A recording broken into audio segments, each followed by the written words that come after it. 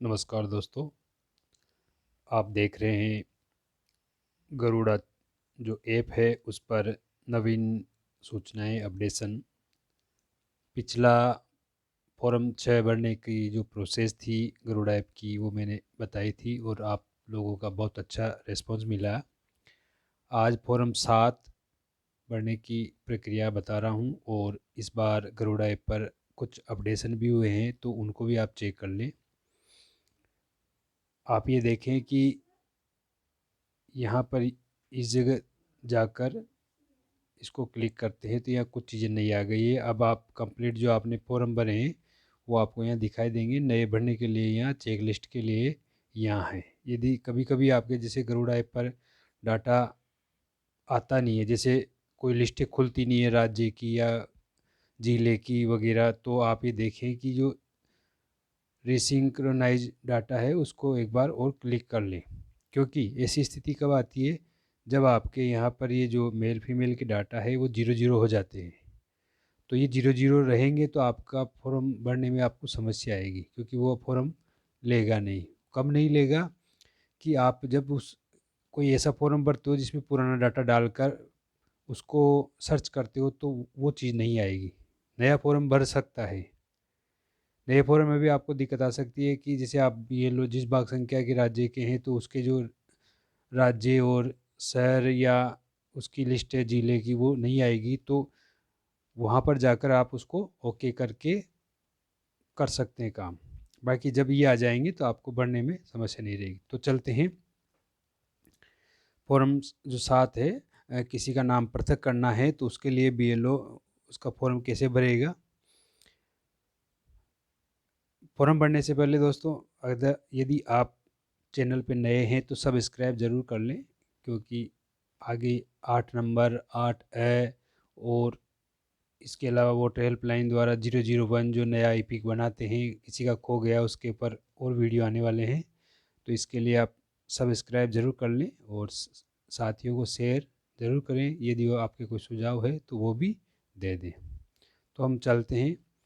ये जो फॉर्म प्रक्रिया, आप यहाँ पर क्लिक करके फॉर्म पर जा सकते हैं या यहाँ से क्लिक करके ये जो फॉर्म है वहाँ से भी आप जा सकते हैं। जैसे आप जाते हैं तो यहाँ फॉर्म 6, 6A, 8, 8A, 7 ये फॉर्म आते हैं। हमें अभी इस समय 7 फॉर्म भरना है नाम पृथक करने का।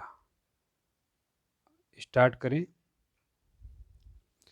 अभी यहाँ पर दो चीज़ें आती है, yes I have voter ID number, यानी कि जो व्यक्ति नाम कटवाना चाहता है किसी का, उसे आपत्ति है कि ये व्यक्ति यहाँ नहीं रहता है, इसकी मृत्यु हो गई है, ये दूसरे स्थान पर रहता है, दूसरी जगह इसका ये है, तो जो आवेदन करता है उसके पास वोटर आईडी है या नहीं है। तो यहाँ पर यदि है तो ये, और नहीं है तो इसके थ्रू आप आगे बढ़ेंगे। नेक्स्ट करें। अब चूँकि उसके पास हमने भरी है कि वोटर आईडी है, तो जो आवेदन करता है उसका वोटर आईडी है, तो उसका वोटर आईडी यहाँ पर भरें आप। जैसे आप यहाँ पर वोटर आईडी भरते हैं, जैसे मान लो कि TYZ और 0518126, ये मैंने एक वोटर आईडी भरी है जो आवेदन करता है डूंगर सिंह कोई, और मैं यहाँ से ये जो डाटा फेच है वो डिटेल्स लेना चाहूँगा, क्योंकि आप डिटेल फेच नहीं करोगे तो ये आगे नहीं बढ़ेगा। देखिए जैसे आप यहाँ दबाते हैं तो ये प्रोसीज नहीं हो रहा, ये कह रहा है कि ईपिक की जो डिटेल है वो फेच करें। तो आप यहाँ पहले क्लिक करेंगे। क्लिक करते ही देखिए ये यहाँ कह रहा है कि we have found this record, मतलब हमने इस रिकॉर्ड को सर्च कर लिया है, ढूंढ लिया है। अब आगे बढ़ सकते हैं। तो हमने ये डाल दिया। अब जो व्यक्ति आवेदन कर रहा है, जो नाम कटाना चाहता है, उसकी सूचना हमारे सामने प्रदर्शित हो गई है कि कौन है, किस भाग संख्या का है। ये इसी भाग संख्या का है जिस भाग संख्या का आप पृथक कर रहे हो, उसके नाम पता जो भी है सूचना आ गई है। आप नेक्स्ट करें।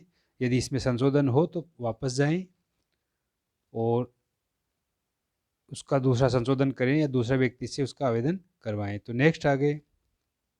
अब यहाँ पर ये पूछ रहा है कि एप्लीकेशन फॉर डिलीटेशन और ऑब्जेक्शन इन इलेक्टोरल रोल, मतलब आप जो आवेदन कर रहे हो वो क्यों कर रहे हो, किसके लिए कर रहे हो। Objection, inclusion of name of other person, कोई अन्य व्यक्ति के नाम पर आक्षेप है आपकी मतदाता सूची में, तो पहला ऑप्शन भरें।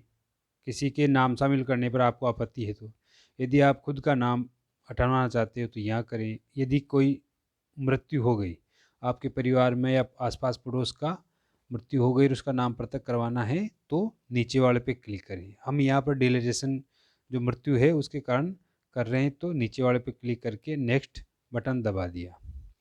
अब ये कह रहे हैं कि detail of persons who entry objecting inclusion और सीकिंग डिलीटेशन, यानी जिस व्यक्ति के नाम पर आपत्ति है उस व्यक्ति का नाम, जो डेथ हो गई या जो नहीं रह रहा है, ऑब्जेक्शन है उस व्यक्ति के नाम की आईडी। तो यहाँ पर जो आईडी है उसके नाम भर देंगे आप, और नाम भर के जैसे आप उसको सर्च मारेंगे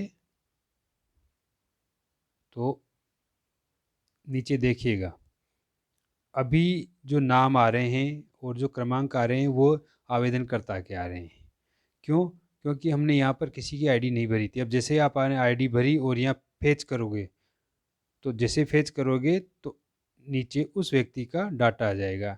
ये देखिए यहाँ स्टेट, डिस्ट्रिक्ट, असेंबली आप भर देना, जो असेंबली है वो आप भर देना, और ये देख लेना कि जिस व्यक्ति का नाम आया है उसी का ही है ना। कहीं ऐसा नहीं है कि ईपी का आईडी गलत लिखाई में आ जाए और किसी और दूसरे व्यक्ति का नाम कट जाए और आप यहाँ देखो ही नहीं कि नाम किसका आ रहा है। तो जिस व्यक्ति का आवेदन किया गया है उस व्यक्ति का ही नाम है। नहीं, यहाँ थान सिंह लिखा हुआ है, पूरा नाम नहीं है इसमें, रिकॉर्ड में ऐसे ही है, और सरनेम वगैरह इसमें रिकॉर्ड में नहीं है। जो इसका नाम पार्ट नंबर पे वगैरह है, और ईमेल यदि हो तो लिख दें, नहीं तो छोड़ दें और आगे बढ़ जाएं।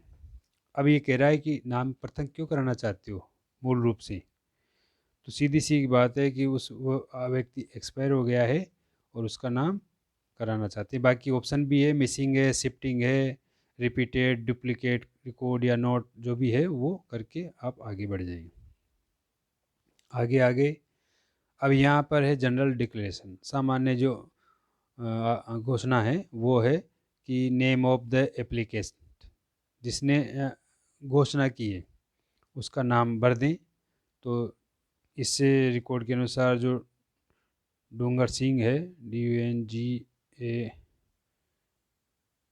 डूंगर सिंह ने आवेदन किया है।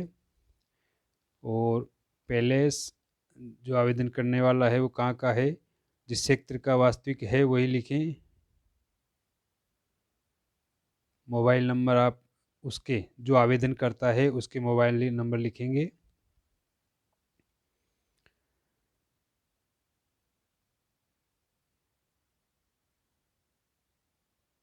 ये मोबाइल नंबर हो गए और आप यहाँ से इसको डन कर देंगे। डन करने के बाद में आप देखेंगे कि ये जो सारा रिकॉर्ड है वो सही है या नहीं है।